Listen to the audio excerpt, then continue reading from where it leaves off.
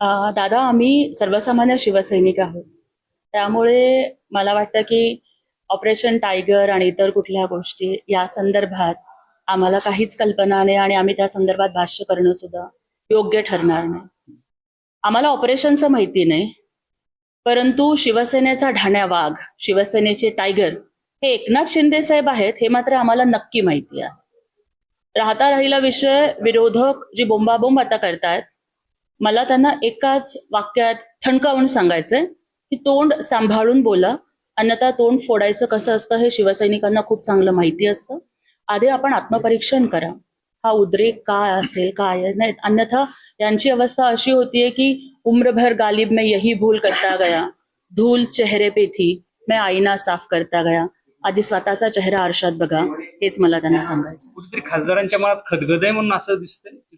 बघा, ह्या संदर्भात खरं तर ते सन्माननीय खासदारच खूप चांगल्या पद्धतीनं सांगू शकतील. पण मला वाटतं की हिंदुहृदय सम्राट वंदनीय शिवसेना प्रमुख बाळासाहेब ठाकरेंनी प्रत्येक सर्वसामान्य शेतकऱ्याच्या, कामगारांच्या पोराला वाघासारखं लढायला शिकवलं आणि शिवसेना जन्माला आली. शिवसेना हा निष्ठेवर आणि आदेशावर चालणारा पक्ष होता.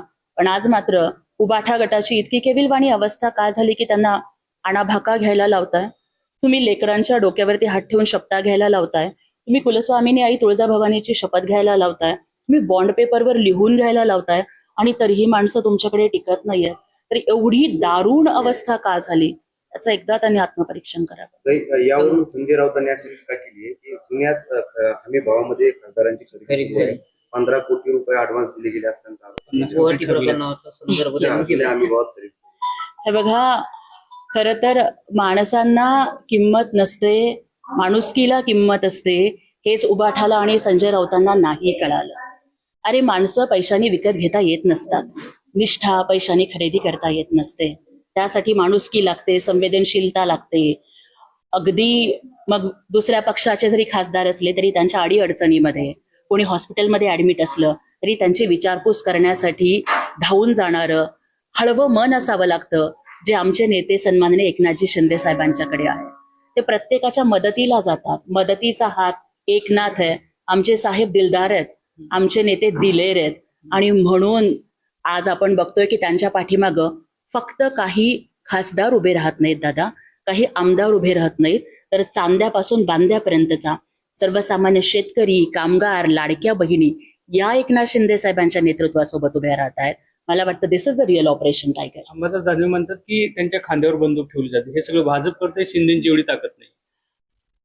खरं तर मला त्या संदर्भात जास्त काहीच बोलायचं नाहीये, पण दानवेजी, मला आपल्याला एवढंच सांगायचं आहे की जेव्हा आपण एक बोट दुसऱ्याकडे करतो तेव्हा 3 बोटं आपल्याकडे असत असतात.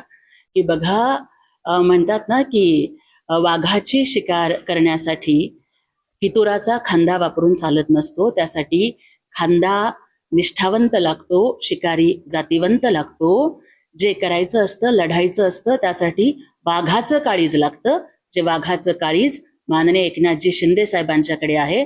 पण उबाठा, संजय राऊत यांच्यासाठी मी एकच वाक्य बोलू इच्छिते कि लड़ने के लिए शेर का कलेजा चाहिए, लेकिन आपके पास कलेजा भी नहीं और भेजा भी नहीं. Subscribe now and press the bell icon. Never miss an update.